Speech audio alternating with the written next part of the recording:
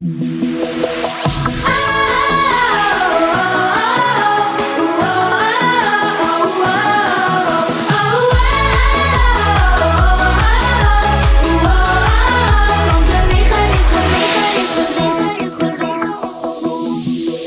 je handen maar omhoog en draai van links naar rechts.